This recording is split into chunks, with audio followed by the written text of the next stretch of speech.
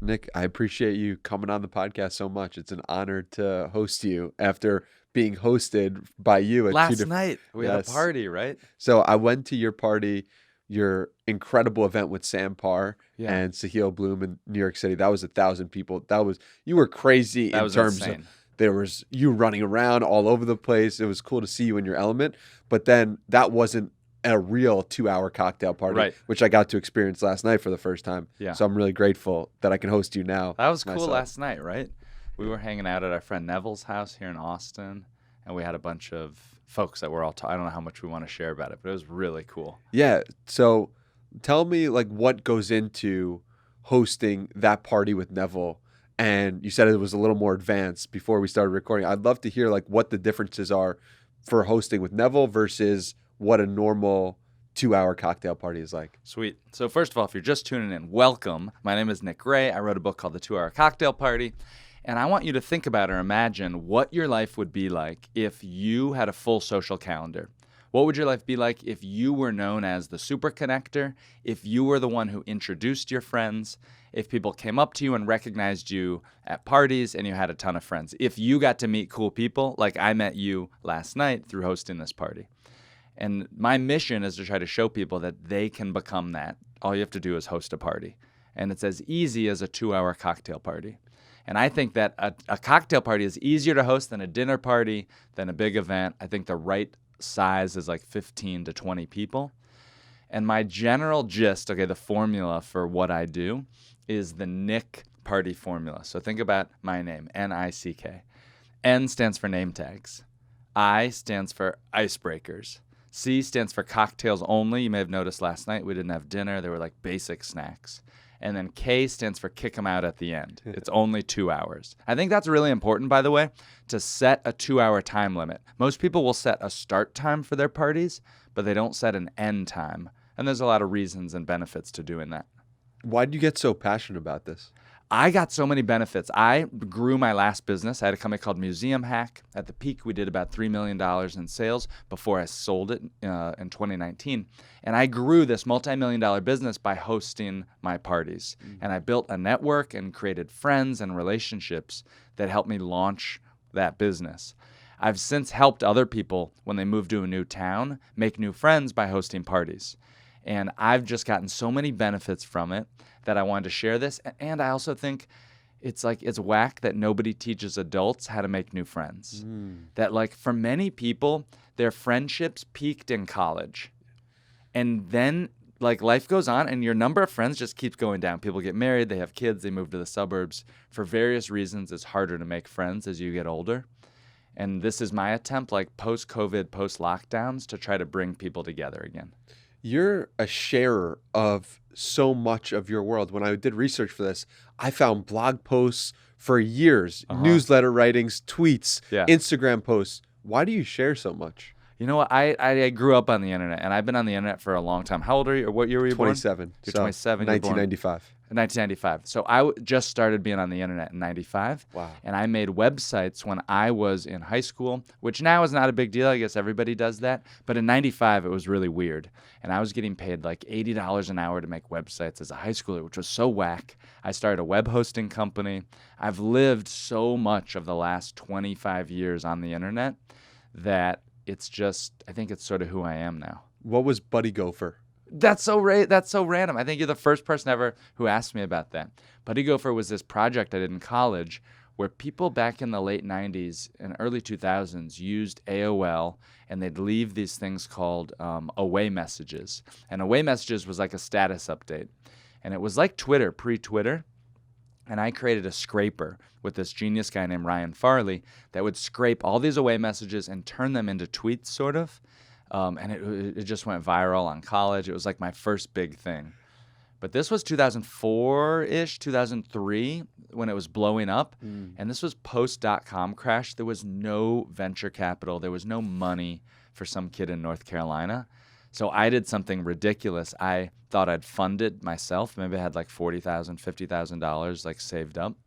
And so I moved to India thinking that like, oh, I can stretch my $50,000, hire these programmers for like 10 grand a year, and that was a total failure. It was not a good. I hired 2 programmers, one in Boston, one in Poland, and I was the guy in India. So I was like, okay, I'm like totally messing this up. What did you learn from living in India, living abroad while building a company? What was that like? Here's some things I learned. Number one, I love Indian people. I was able to create. So I lived in Bangkok when I was in college for 1 summer, and I loved living in Bangkok, incredible city. But I couldn't create relationships with the locals because I don't speak Thai, and their English was oftentimes not ultra conversational level like we're talking. In India, people there speak so many languages. They speak English. I could have deep conversations like we're having, and I could create these friendships. And I created a relationship, and I love people from India. What else did I learn from there? I learned that America has a unique startup culture that takes risks. And at the time I was there, they did not want to work for some like 23-year-old white guy. It was a very risky thing. And I had a real hard time hiring people, I guess. And then what's the connection, do you think, between Buddy Gopher and the 2-hour cocktail party? I don't think there's a lot of connection besides that it was a first business venture for me, for hiring my own team and really building something bigger than myself. As I've now launched this book, which I guess you could stretch and say like, oh, Buddy Gopher was about social, was about posts, was about friends, having those networks of friends. I think for me, I'm looking for ways that I can add value in the world. And Buddy Gopher was that. I could help people see these away messages. And now with this party, I really do think that hosting a party can change someone's life. Why are you so confident in that? Other than seeing it in your own life? Yeah, I've seen it in my own life, and I've been lucky to work with dozens of people to help them host their first party. And think about what goes through for you for hosting a podcast. You know how to manage a conversation, how to direct it, how to ask questions with confidence. When you host a party, you get the confidence of leading a room and of working people. And that is just skills that they hardly even teach that in work, how to run a meeting. Yeah. And it's crazy, but I've never talked about it. But the skills really do blow over from your personal life into your professional life. Okay, so what are some of the things that you've picked up where people would be like, wait, you learned that from hosting a party? Yeah, I think running a room, knowing how to lead these rounds of icebreakers. So I talk about icebreakers and people think they're cheesy or they're corny, but you probably saw it last night, how helpful it was to break the room up. Could you talk about that a little bit? Yeah, absolutely. It was really cool because we did a bunch of different things around Twitter. Everyone they were from Twitter, so people were talking about different growth strategies that they did, and I was like, wow, that's really interesting. I'm gonna write that one down. Yeah. And then they talked about what the coolest moment you had us do, the coolest moment that we've Yes. had from Twitter. And I was like, wow, this is an amazing thing that I'm learning about all these people. I'm getting this information that is authentic and real to me. Heck yeah. I'm curious, why was it a more advanced type of party? You mentioned that before, and we teased that out in the beginning. Yeah, so last night we went to a party where we had about 20, I don't know how many people were there, 20, 25 people. I would say 20. And we had curated the list to people that were here in Austin that were active online on Twitter. That was an advanced party because we curated the guest list. And there were some advanced icebreakers, and there were some social dynamics happening last night that needed a little management. The average party that I suggest people host is simply for their friends and neighbors. To simply learn how to get a room together, run that room, run a tight event.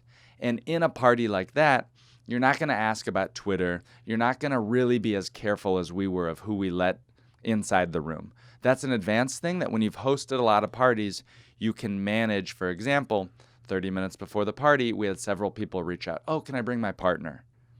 Right? And that's hard to say no if you're not an advanced host. So for early parties, for somebody watching this that's like, damn, I want to host advanced parties. How could I connect with someone like Danny by hosting a party? I suggest host your first party as a low-stakes affair, people you feel comfortable with. A lot of times guys will reach out and they'll be like, dude, I'm hosting a party. I read your book, and there's this girl I like, and I invited her. And I'm like, no, red alert. That's the worst idea. And they're like, what do you mean? I'm like, bro, you're going to be so stressed now that this girl is coming. You're going to be worried about how your apartment looks. You're going to get stressed about the icebreaker. You won't do name tags if somebody tries to be all sort of alpha about it. You will not be running a party in a comfortable setting.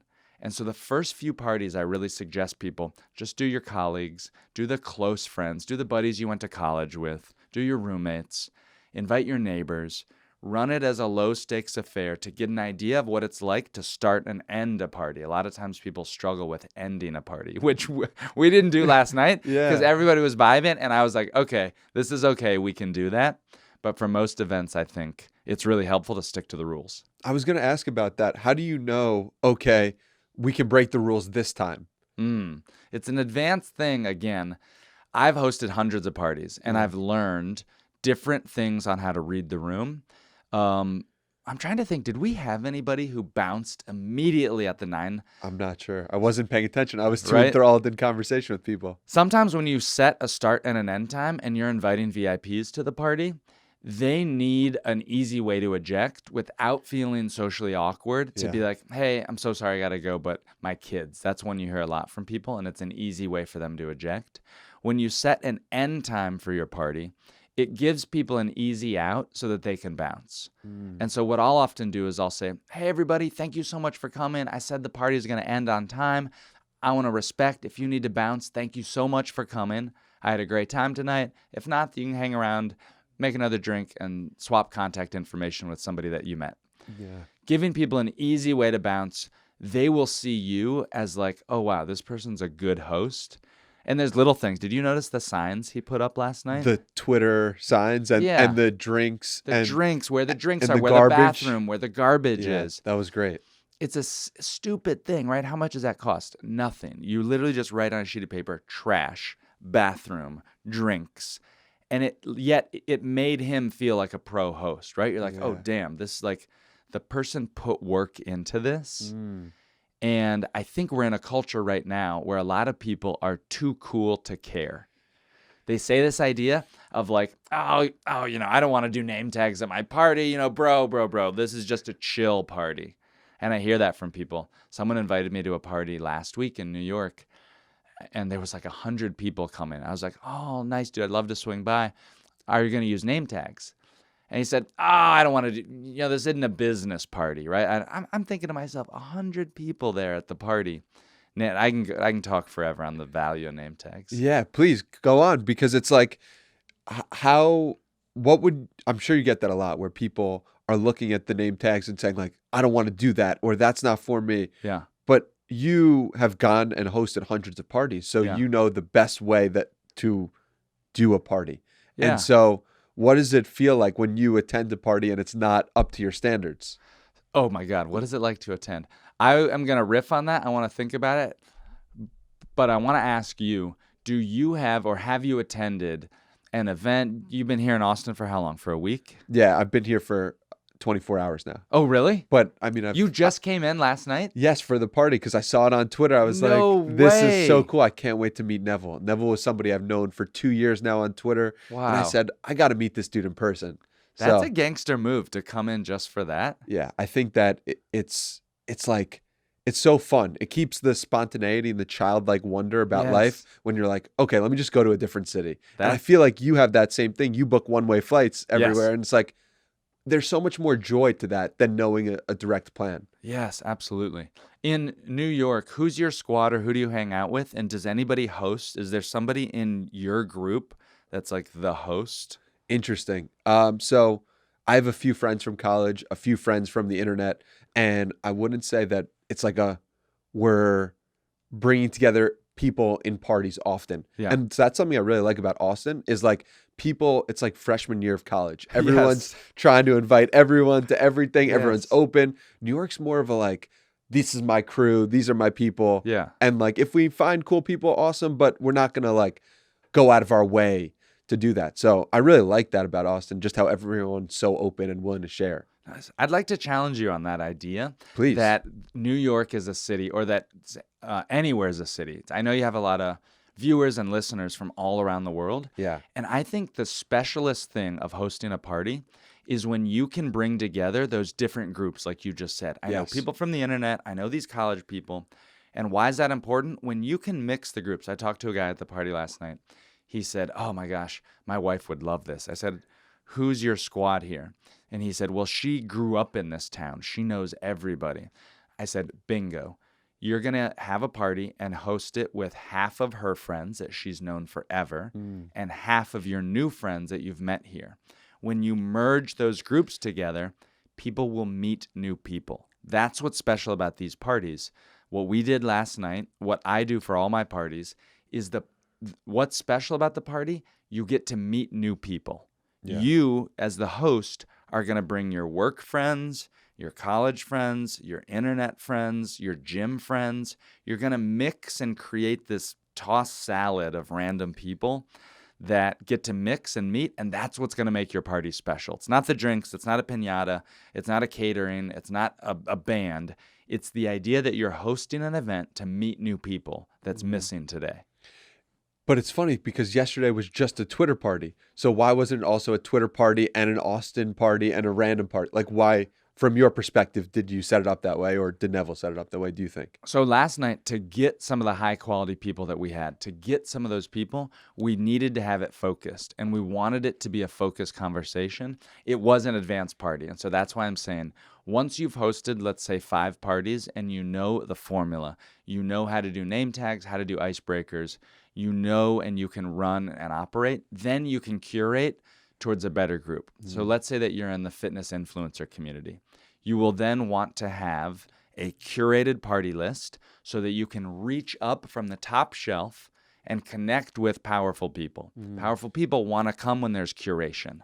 They want to come when they know there's other VIPs and interesting people that'll be in the room. But again, that's super advanced. I'm happy to host about it, but I just worry that, like, my goal is to get 500 people to host a party for their friends and neighbors. Yes. And the easiest way to do that is to say, look, just start simple. Learn how to host, because the best benefits come when you make hosting a habit. When you are hosting every month, every 6 weeks, even every 2 months, you always have your next party on the calendar. And then I meet somebody like you. I'm like, Danny, dude, it was really cool to meet you. I'm hosting a cocktail party in a couple weeks. Can I send you the information? Yeah. One thing Derek Sivers talked about recently, who I just had on the podcast, was the idea of the best opportunities in life come from people you most recently met. Where he's noticed that pattern a lot, where people would get hired by people they literally just met in that last week, because you're top of mind when you send an email, like you do so often, and when you write a tweet, but really you feel a different level when you connect with somebody in person, and especially if it's at a party. And it's crazy how deep I was able to go because with some people at the party, because of the curation, we had shared context, because of the icebreakers. Yes. I was able to get to somebody's like childhood issues and like what's going on. And I was like, oh my God, this has never happened before. And that speaks to your ability as a host to curate that selection and curate the things we talked about. Yes, and that can even happen at a party with your friends and neighbors. I do. I'll tell you exactly which icebreakers, if somebody's listening to this, they can use at a party. Let's do it. Number 1, the first icebreaker, when you just get a group together, is you're just going to practice with 5 people like we did. Yes. Where you're just going to go and say, hey, it's my first icebreaker. Let's just go around and just say your name and what you do for work. Okay? And you're going to go around the circle, and very quickly for the first 5 people who arrive, that will help you practice and warm up and have a sense of confidence. The second icebreaker, when you have everybody now, is you're going to ask everybody, say, hey, everybody, I want to do a round of icebreakers. You can meet somebody new at the party. Purpose of my party is to bring new people together. No one teaches adults how to make new friends. I hope you meet somebody new. In order to help that, let's go around the circle, say your name, say what you do for work, and say one of your favorite things to eat for breakfast. If you don't eat breakfast, then speak about that journey. Why is that a good icebreaker? It sounds childish, right? But breakfast, generally, 1, it's an easy thing to remember because everybody did or didn't do it that day. 2, it doesn't elicit judgment. It's not a question like, what's your favorite book? Which everybody's like, oh God, I better sound smart. Like, what can I do, right? 3, breakfast generally has a positive connotation. People think about it. It's a good thing. They wake up. Maybe they don't do anything. They have coffee. I was at a party in New York probably 3 years ago, and we went around, and there's this grizzled fashion writer there. Her name is Diane. She's dressed in all black. She's like skinny. She's got bangs. And we go around the circle, and it's Diane's turn, and she's like, my name's Diane. I'm a writer, and my favorite thing for breakfast is cigarettes. And everybody laughed, and it kind of broke the ice because it expressed her personality, right? People say things like, I like waffles, I like blueberries with jam. Breakfast, the icebreaker, you're really just getting people an excuse to sound off and share a bit about their personality. And it's not about their answer. It's about them sharing and giving everyone else an excuse to go talk to them. So that's the good beginning icebreaker when you don't have a lot of rapport that's built up. The last icebreaker that someone should do at their party would be, there's two that I like. One is, what's the best piece of media that you've consumed recently? Love Could be that a one. book, a podcast, a movie, a show on Netflix, even a tweet that you saw. I like that one because everyone shares these good media recommendations and the room feels smarter. You're getting all these ideas, just like we did last night with growth hacks on Twitter, but they're getting all, oh my gosh, I got to watch that movie. Wow, that's the third time someone mentioned that book. Another icebreaker I like is, and you've probably seen this used online for engagement, what's the best purchase you've made for $100 or less over the last year? Yeah. It could be an object or an experience. People share kitchen gadgets, new books they bought, all these random ideas. When you ask that after people have built up a little bit of rapport, the room feels smarter and feels elevated. And everyone's like, wow, you hosted a great party. I got so many great ideas. It makes you look good as a host. People get to share their cool ideas. So I think that's a good icebreaker. Well, now I got to ask, what's your favorite piece of media that you've consumed recently? You've done so many. You consume so much. Yeah. So I got to hear. Okay, so I went to see a Broadway play in New York City. Have you seen Broadway plays? What's your thing like? So one of my favorite plays of all time is Hamilton. Yeah. And it's like In the Heights as well. Lin-Manuel I loved Miranda. In the Heights. Yeah. And Jersey Boys. I've seen a bunch. So good. Thankfully. So we both have spent a lot of time in New York City. Broadway shows and live theater is something that, frankly, I hate like 80% of it. It's similar to museums, my relationship with museums. But the 20% that's amazing, you're like, oh my God, this is why it's legit. There's a hack that I have, which is I hop on StubHub like an hour before showtime, and I'm looking for scalpers that are just slashing the costs. Jesus. A $500 ticket that they are just trying to burn for $90. And so last week I went to see the play called Six, which is about the wives of like Henry VIII or something. I didn't think I was going to be into it. I've been listening to the soundtrack nonstop. I really like the show. I think it's the show was an hour and a half, so that's about my attention span, and I really liked it. I think that's the best piece of media I consumed. Do you have any history of being in acting at all or doing anything? Because you have a very performative, in a good way, personality of like, this is where I'm at. You said before, like I use my hands a lot. And it's really cool to see. Like, have you done any acting? You know, I did museum tours. So I was a tour guide. Yes. My last business was called Museum Hack, and I did renegade museum tours. What does that mean? It means I've never taken an art history class. I wasn't employed by the museum. I just sort of showed up and started to give my friends tours of like 10 cool things I found at the museum and 3 things I want to steal. That was like my level of museum tour. And the tours became famous. It was just a hobby that I did, but they became famous. A blog wrote about them, said they were the best thing to do in New York City. Celebrities started to reach out to me. I'd lead private tours for their families, and I built a business out of it that I had about 50 employees. Wow. In doing that, I led hundreds of museum tours. I've been to the Metropolitan Museum of Art 1,000 times, and I had to be an engaging tour guide in an otherwise boring space. And I think that really helped me to have what may seem like an extroverted personality. And if someone's watching this, they're like, of course that guy hosts parties. He's very extroverted. I've actually done a lot in my book to tailor the parties to introverts, to people that are a little shy, that have social anxiety, and thinking about all those things to make them feel welcome at a party. Because a party with people like me, with all people like me, would be terrible. I would not want to go to that party. It's about having a good mix for good conversations. Do you feel as if people have gotten more introverted as your lifespan and technology has increased? And what can we do about people who have social anxiety? What can they do to have the best time at parties? I think COVID and lockdowns were rough for people. And I think that as we spend more time online, we forget how to have basic small talk with people. And it's not like I like small talk, but it does help to warm up and build rapport. At my parties, I do things like the name tags, like the Icebreakers, to help add a little bit of rules to an otherwise unstructured event. I think you may have seen last night that by adding a few key pillars of rules and structure, it helped the unstructured time to be even more rich and for you to go deep with somebody else. Yeah, I think that's interesting because in the podcast as well, I do deep structured research Yeah. so that we can have an unstructured conversation. Yeah, It's right? funny how that shows up in other parts of life. It's sort of controversial to ask at a party of just friends, what do you do for work? And people are like, bro, I don't want to do that. Like, this isn't a networking event. What I say about that is, one, we spend the most of our time doing work. So you need to acknowledge and just mention what people are doing for work. Two, you never know who's looking for a new job, who wants to start a new business. And so even if you don't want to talk about it. But three, I give people an out. So I will say, let's go around the circle, say your name, say what you do for work. If you don't want to talk about work, then you can mention a charity that you support or a hobby that you're super passionate about. That's cool. And that's a good way to make people who maybe are unemployed or are embarrassed about their job to still feel welcome and like they can sort of contribute to the space. Okay, so we covered N, we covered name tags, we covered I, icebreakers. C would be cocktails. So does every party that you host have to have cocktails?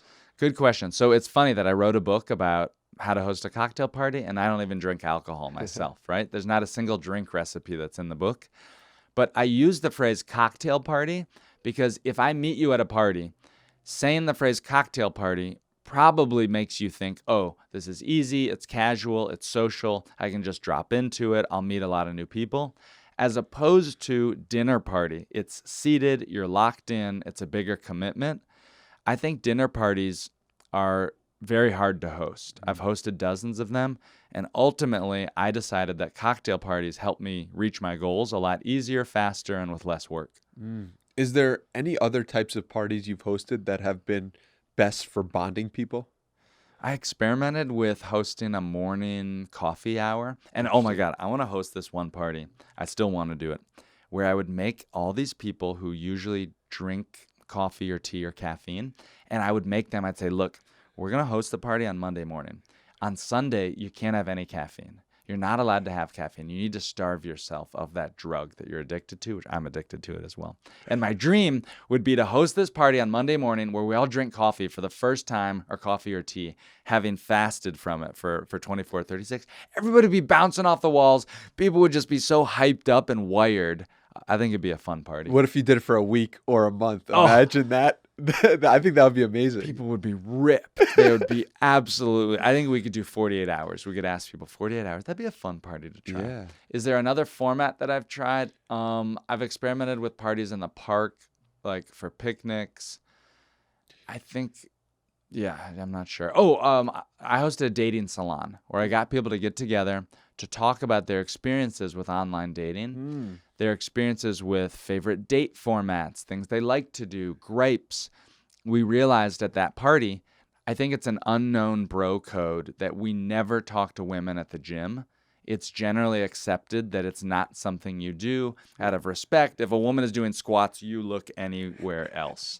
And the women were shocked by this. Really? In the room, they were like, what? And we're like, yeah, ladies, the gym is your playground. If you want to talk to a guy, you can approach him, but he will never, generally speaking. It's very unlikely. It's very unlikely that a guy with any self-respect will. I hope I'm not going to get roasted for this. But it's very unlikely that a guy, it's kind of known that, like, men, let's not approach women at the gym. Let's make them feel welcome. And the reason that we'll do that is we're not going to hit on them. We're not going to watch them. We're not going to leer at them. And so generally amongst my guy friends, high quality dudes are going to want to make women feel welcome at the gym by never flirting, never trying to kind of pick them up, to not be such a bro masculine zone. And so all the guys at this party were like, oh yeah, I would never hit on a woman at the gym. I wouldn't even look at her because I want them to feel welcome in that space. I don't want them to feel like I'm this like roided up dude. And so the women are like, well, what does that mean? And the guy's like, come up to us. Come, if you want to flirt with the guy at the gym, ask him questions. He will be overwhelmingly supportive, but we're never going to talk to you. And the women are like, wow, that's crazy. Yeah, and I think that's something you do so well, is that when you bring people together to talk about things that they normally don't talk about, like I normally don't talk about Twitter to 20 people that I don't really know. Yeah. It creates connections and it creates new information for both parties, Yeah. which is a beautiful thing. And that's what people want, right? They want to connect. We're all so digitally saturated now. Yeah. We spend so much time online. I wish I spent as much time at parties and in gatherings as I do online, but I don't. So going back to the dating piece of it, you were in 2015 named one of the most eligible bachelors in New York City, I believe. Yes, super funny. Was that something that it sounded like when I read the blog post yesterday that you were super excited by it? You actually ended up interviewing a bunch of different bachelors as well to see if it made any difference on their life, and I thought it was a very telling look into your personality that your first inclination or your second or your third was to interview people to see if it made a difference in their lives too. Yeah. Like, it's very thoughtful that you would go to that length and very much interested in communication and seeing how people operate and what their experience is like. Dude, even now I'm thinking I should do this for Austin. Like Yeah. most eligible bachelors in Austin. Yeah. It would be fun. I could feature some of my friends. Yeah, I'm sure it would get a lot of interaction and it'd be something fun to do. So if you're watching or listening to this, I would encourage you in your town to do the most eligible bachelors, most eligible bachelorettes, even among your friends. Yeah. I think this would be really engaging content. And it's another way to break out of the online dating swiping scene. People just constantly are saying how they want to bust out of that. I want to acknowledge all the benefits in online dating. It's been great for so many people, but people also do want some other ways to access meeting new people. Have you played around with superlatives at all for parties or for friendships in any way? I like that idea. What are you thinking?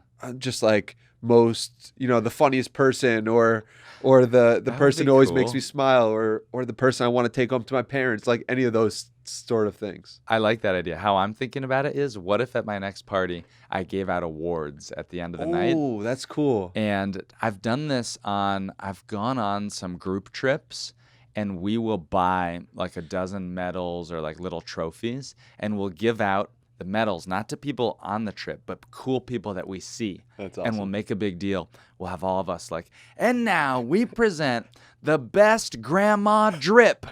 And we'll give, like a trophy to some lady who's got like a great style or something. I think that's an advanced move because you got to make sure they don't feel like you're making fun of them or something. Yeah, that makes sense. And have you played around at all with going through hardship of any kind with people? Because that seems to create bonds in general. A friend of mine, his name is Dustin, tried out an icebreaker. We both worked in the museum world together. And we went to this museum conference, and we all went out to lunch together. And Dustin's like, all right, I'm going to lead this icebreaker. Go around the room, say your name, say what museum you work at, and then tell us the story of the worst scar that you have on your body. And Dustin is thinking, I got this one motorbike racing. People told the most awkward stories about car wrecks. It was a terrible icebreaker. Yeah. It was such a hard icebreaker to pull off. He had good intentions on it. I think your idea to talk about hardships, frankly, or to literally do hardships together. As like the party in general, not necessarily to talk about it. So like to build something together, Yeah. or to do like a physical challenge, or like an ice bath or a sauna. Like, have you found those to be effective? Those can be hugely effective to create deep, immediate, fast bonds and connections. Yeah. I'm trying to think what the average person could do at their party.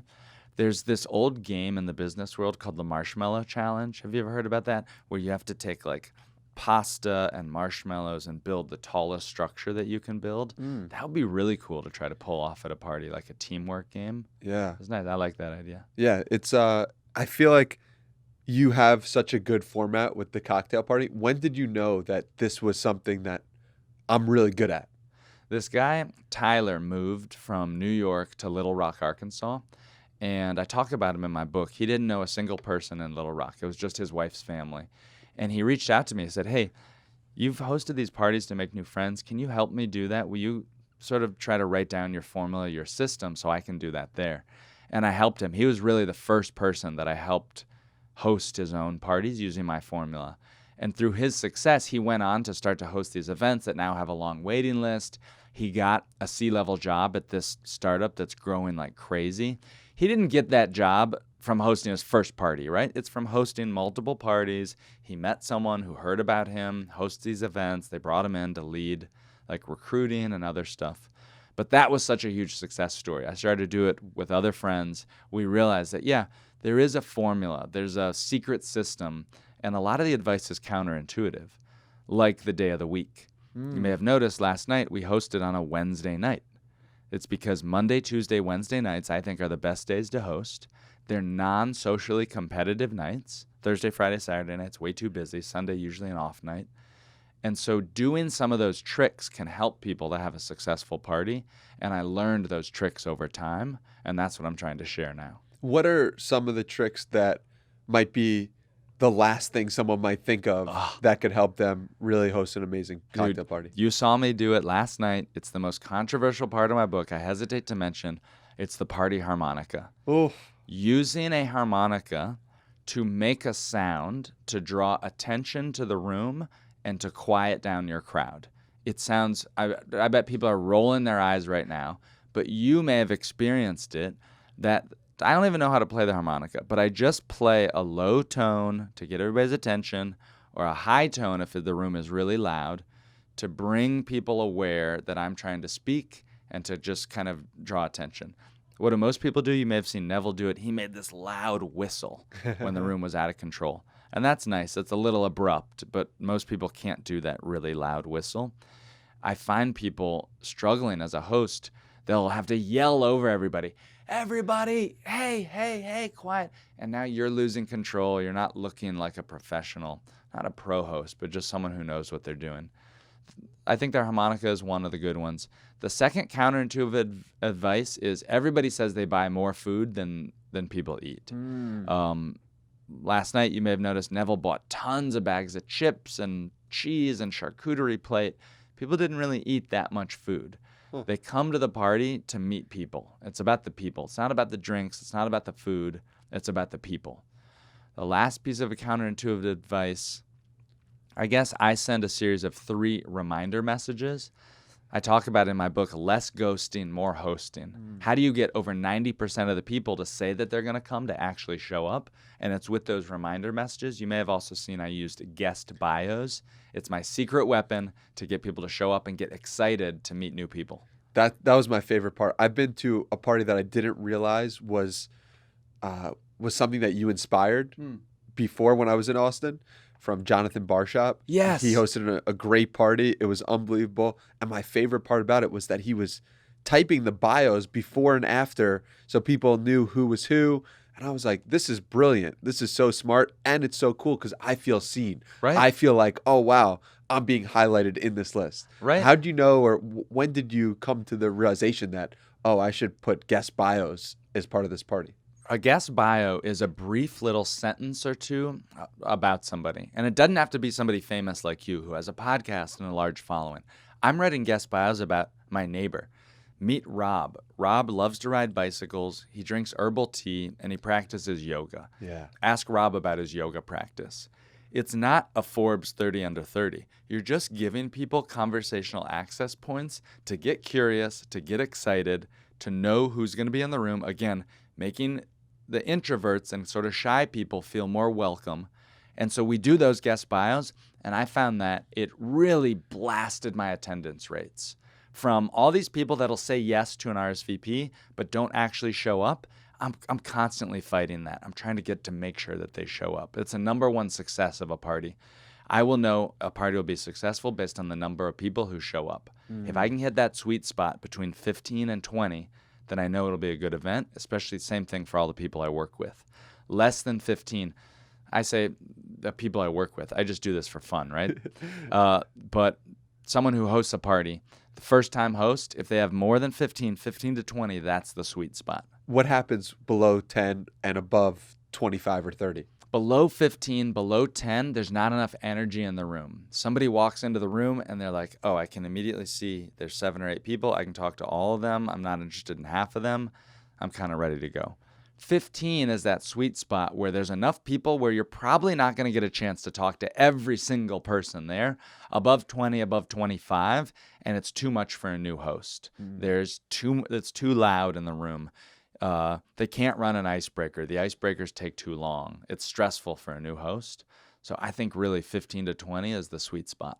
And what happens now? This is more advanced, but what happens when you do 500 or 1,000 people, Oh like my the event God. that I went to in the city? What was that like for you? That was insane. I hesitate to even talk about it because that might blow out anybody listening. Yeah. But I can tell you what I did at that event to try to make it successful. I had a group of volunteers that I asked. I said, look, we need to divide and conquer for this large event. So we trained about 25 to 30 volunteers, and I gave them all yellow hats. And I said, look, you're going to be in charge of forming small groups and doing little rounds of icebreakers. For ultra large events, they're really hard to pull off. I haven't done enough of them to feel like I'm an expert yet. One thing that I want to know and talk to you about is, okay, you go to a cocktail party, you meet people, you connect with people. What happens after? How do you take those people that you just met one time and really turn them into a friend or somebody you want to see often? So as a host, you're going to use these parties to build up your network of acquaintances. What Derek Sivers said on your podcast about, I get the best results from people I've just recently met because I'm top of mind. Well, you're going to use these parties to build your network of acquaintances. You will then think about after the party, wow, that person, Danny, was really neat. I want to connect with him later. And then you can schedule one-on-ones. You can schedule maybe a smaller dinner. Later, when you have these people and they've seen you host and you know that they'd be good, you can curate a group. You'll use these parties as the first step to building a relationship. Maybe they will invite you to something because now you're top of mind with them. There's a lot of different ways. The party is just the first step, and then hopefully you follow it up with doing something with them in a smaller setting. One thing that I saw you did when I was doing research for this was you, at the end of 2021, you, David Perel, Sam Parr, Neville, and I believe a guy named David Shapiro, who I wasn't familiar with, all set goals at the end of the year. Yeah. And that was really cool. Was that a result of you hosting parties, or was that just your friends? Like, take me through that process of setting goals with a group and what that's like. All my big relationships that I've made have come through hosting parties. Wow. Hosting an event is my number one access point. From meeting someone online, being introduced to them, I always put them in that funnel of saying, dude, I'm hosting an event. Why don't you come by? And it's a way for me to add value. Yeah. So I'm even thinking Dennis, Sam, Neville, Noah, all of them have come through and seen me host parties. And that's how I've gotten to know them a little bit better.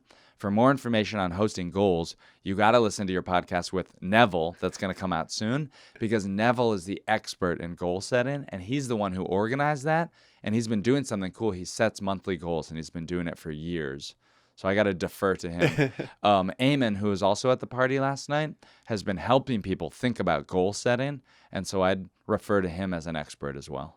What do you think the biggest thing you gain from having these close relationships with so many people? The biggest thing that I gain by hosting parties and building relationships, I just look at my last business, or I look at my book launch. In doing my last business, I was able to build a multi-million-dollar company from a warm group of connections, people who knew me, who felt like maybe they owed me something because I came to their party, or simply they just wanted to help me out. And I've built that. I talk to a lot of people who say, like, dude, I want to host a party. I want to have 50 people. I want to get brand sponsors. And I ask them, I'm like, okay, well, what's the last event you hosted? Oh, I've never hosted something before. I'm like, well, you don't have a warm list. Like, you don't have a fan base. You don't have a group of acquaintances that are going to come to your next event at the drop of a hat. By hosting parties, you build this network of acquaintances that hopefully could turn into friends or can be used as you do projects or parties or support a cause you care about. I think that's really important. One thing that I notice from your story, and it's very similar to Derek Sivers, it feels like, is the idea of just doing what is natural to you, following your own curiosity, your own joy, and it turning into a business, but you not really expecting to turn it into a business. Sounds like Museum Hack wasn't something you expected to turn into a business, just was what you enjoyed doing. Your friends enjoyed it. You also probably were just hosting parties, didn't expect to write a book about it someday, and it led to something where now you're on a podcast talking about it.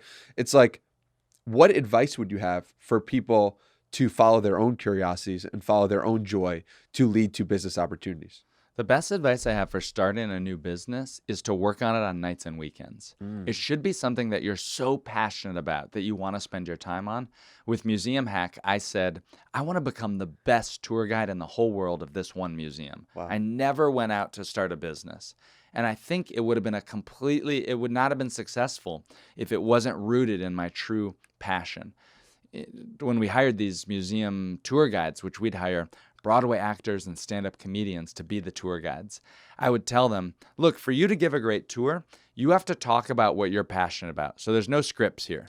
You don't have from me a list of things you must see at the museum. I'm going to pay you to explore the museum, find your favorites, and then that is what the guests will be able to feed off of when you're talking passionately. People could feel that right away, that it's not authentic, that Yeah. somebody else gave them that script. Totally, right? They're like, oh, we're just seeing this because we have to see it, right? And so I think that's what made Museum Hack successful, was each guide had their own tour. Each guide was talking from their passion, and that was really mega. Have you found anything negative about turning your passions into actual businesses and making money off them? I think it can be hard for people. If you love playing video games, everybody's going to tell you, oh, we'll start to do Twitch streaming, right? Yeah. And that's a really competitive landscape. Yeah. If you love making YouTube videos, I can't think of a more competitive thing than trying to become famous on YouTube. I'm not exactly sure if it makes sense. I don't know if everybody should be an entrepreneur. For a lot of people, it may make sense just to have a great job and to do really well at your job and to do that. I don't have good advice on thinking about passion, how to turn into a business beyond where can you add the most amount of value. But you haven't seen any negative repercussions from the businesses. Like, did your enjoyment of museums, did it decrease when you started making money from museums? You know, the reality was I had the most fun in the early days of Museum Hack. Yeah. When I was leading tours, not for money, when I was just doing them for fun for my friends, that's when I had the most fun, right? Yeah. And yet, the most success came when I turned it into a business. The most opportunities to travel around the world and speak at big conferences, that came to me when I got serious about it. A lot of people told me at the beginning, dude, why would you turn this into a business? Nobody's going to go on a tour that's not with you, right? The whole thing is with you. But I knew for me to make it bigger, I had to grow it and things had to change. Do you always think in terms of scale? Like, is the 2-hour cocktail party going to turn into like a cocktail business of some sort where you're consulting? Like, does that excite you, or does it excite you to be small or like know your own thing and just have it? Like, what excites you personally? Right now, I'm laser focused on getting those 500 people that'll host a party. And I'm not going to try to make a business out of it until I get those 500 data points of where's the pain, where can I help the most, where can I create value? And then maybe I would do a course. Then maybe I would do something else. Versus I see so many people today, they're like, just make an ebook. It's so easy to make an ebook, do an ebook. So I'm like, bro, that sounds terrible. You know, like, how do you have enough advice to make an ebook? I have a lot of people who reach out to me that are like, man, I can ghostwrite your Twitter. I can help grow your Instagram following. And they don't have more than a few thousand followers themselves. I don't know if I'd take advice from somebody like that. Has there been any negative repercussions? For me, I'm enjoying the journey. And I'm lucky that I sold my last business and I have a ton of runway to figure out what I want to do next. I'm just excited for that journey. Yeah. Well, I want to talk to you a little bit about content. And it seems like you've been putting out content for years on the internet. And it's cool to see somebody who's further along that path than me personally. And I'm curious, what has been the coolest experience you've gotten from putting out content online? I think even being interviewed on a podcast like this, to come into a cool studio, to talk to somebody like you that does a lot of research, the coolest experience I've gotten. I just think about all the people that I've been lucky to meet, that I've been able to create authentic relationships with. And for the average listener that's thinking about this, you know, a lot of people don't know where to start with sharing some content online.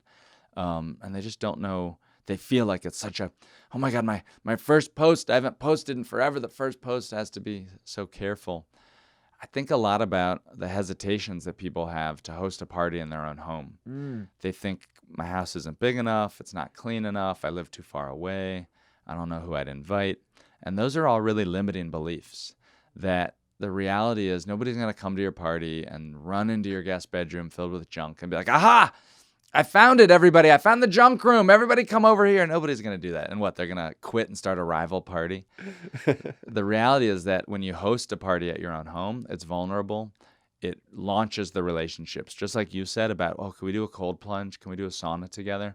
Hosting at your home is like going on a date with somebody. You bring them into this intimate space.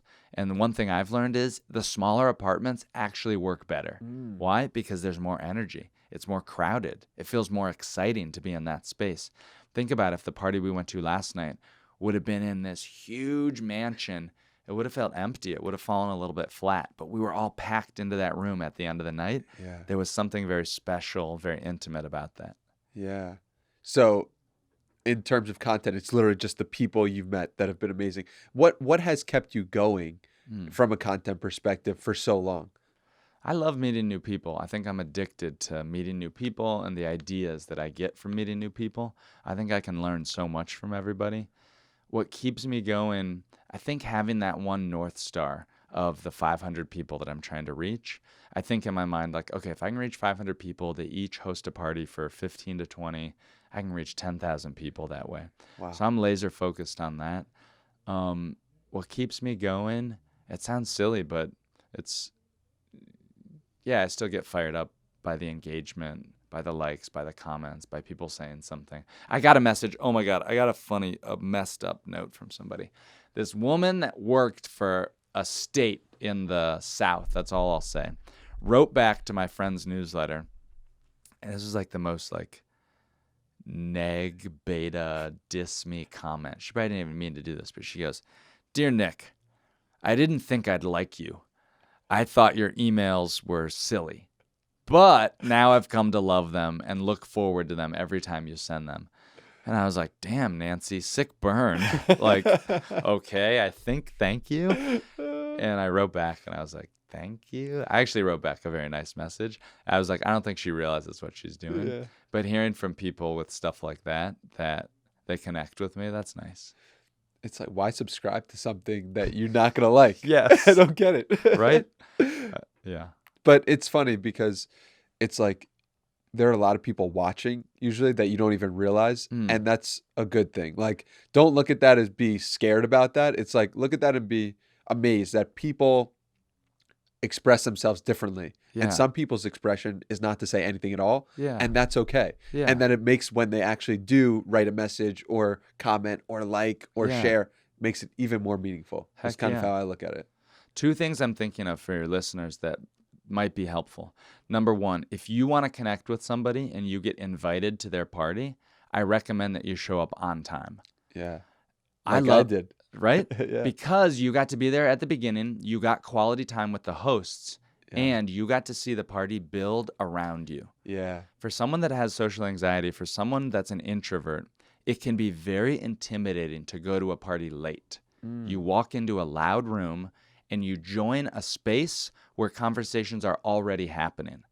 I prefer to show up to a party on time where generally nobody else is there. If you show up on time, if you show up right on time, nobody else will be there. When you show up on time, you get to have quality time with the host. You get to ask if you can help, which, by the way, some things you can do when you show up at a party to help. You can help people hang up their jackets. You can help people grab a drink. You could help with the name tags. You could ask the host, can I help with anything? Do you want me to take photos? Can I be like the unofficial kind of like party photographer? Great way to meet people, by the way. When you show up on time, you get to see new people arrive and the party builds with you, as opposed to showing up to a really loud room that can be very intimidating. The second piece of advice I'd have, I think everybody should start a friends newsletter.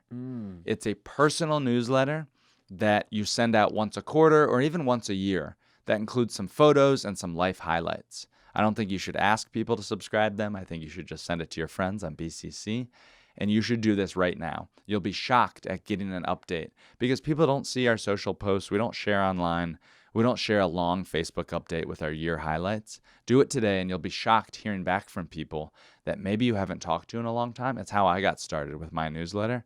I think almost everybody should have an annual friends newsletter where they send little life updates and some photos. You got to include photos. Okay, you've inspired me. I used to send a weekly email, but I felt like I was forcing myself to send it every week. Yes. So I really like the idea of doing it once a quarter or once a month or Yes. once every while, just because it's good to have. It's good to know, and people will appreciate it as well. There's so much pressure. People think, oh, I'm not going to start a newsletter because then what am I going to write about? Well, don't feel that obligation to. Just send an annual one. Send it right now. Send the next one a year later.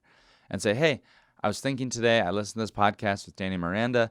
He suggested that I send out an annual update, so here it is.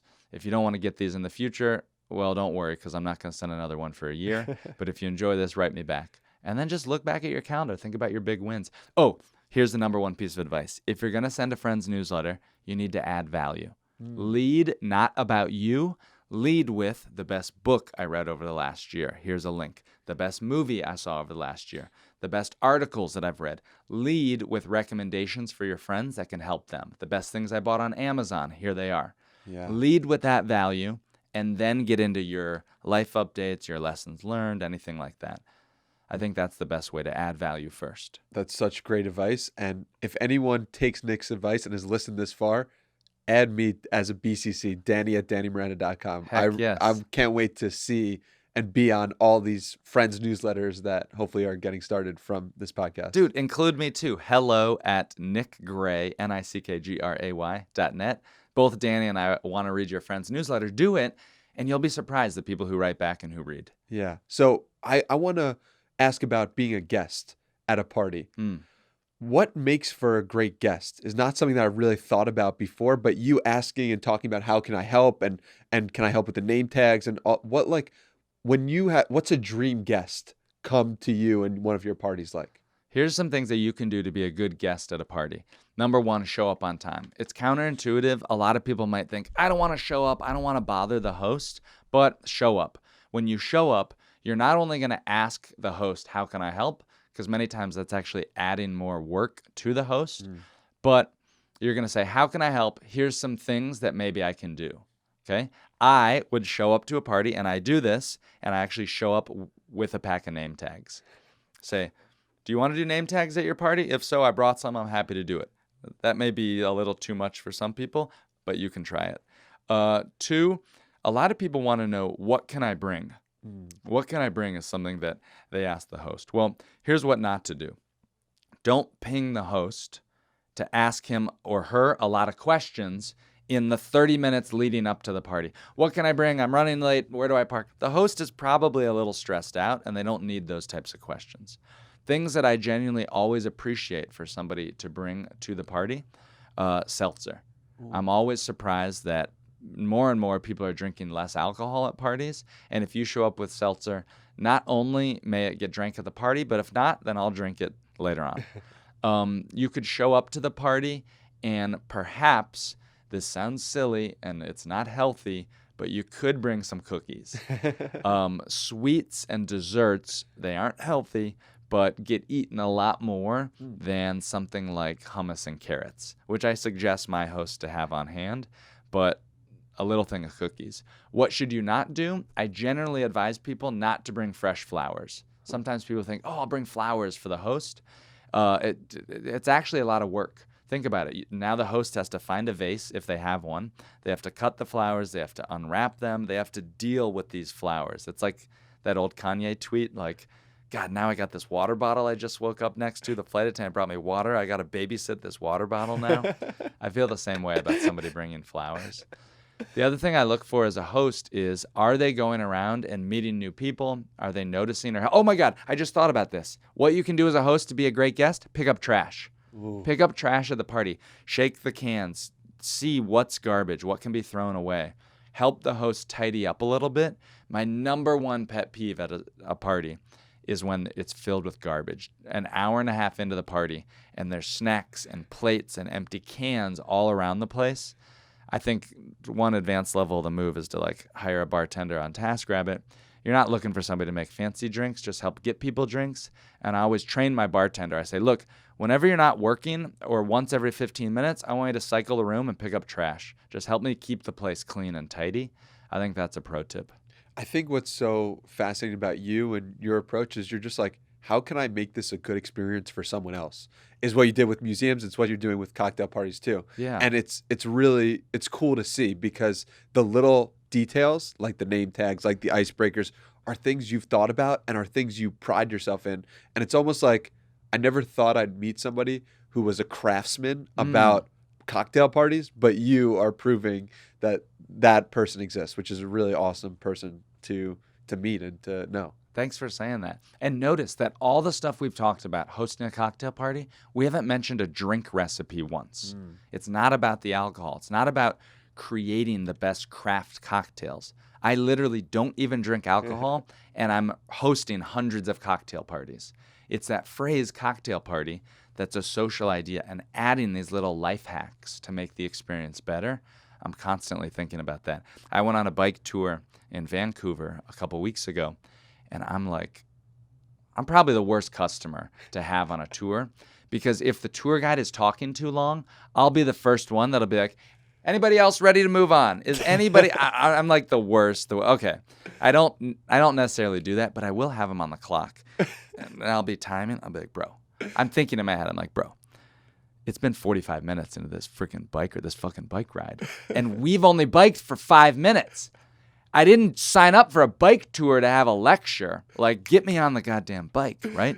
And so that's me on a tour. And I think about it's like, it's sometimes hard for me to go to parties or to go to a dinner where there's not structure. I'll just be sitting around. I'll be like, are we going to do intros? Like, can I take over? I'm like, I understand for somebody listening or watching this that sometimes you just want to get friends together and you don't want to have structure.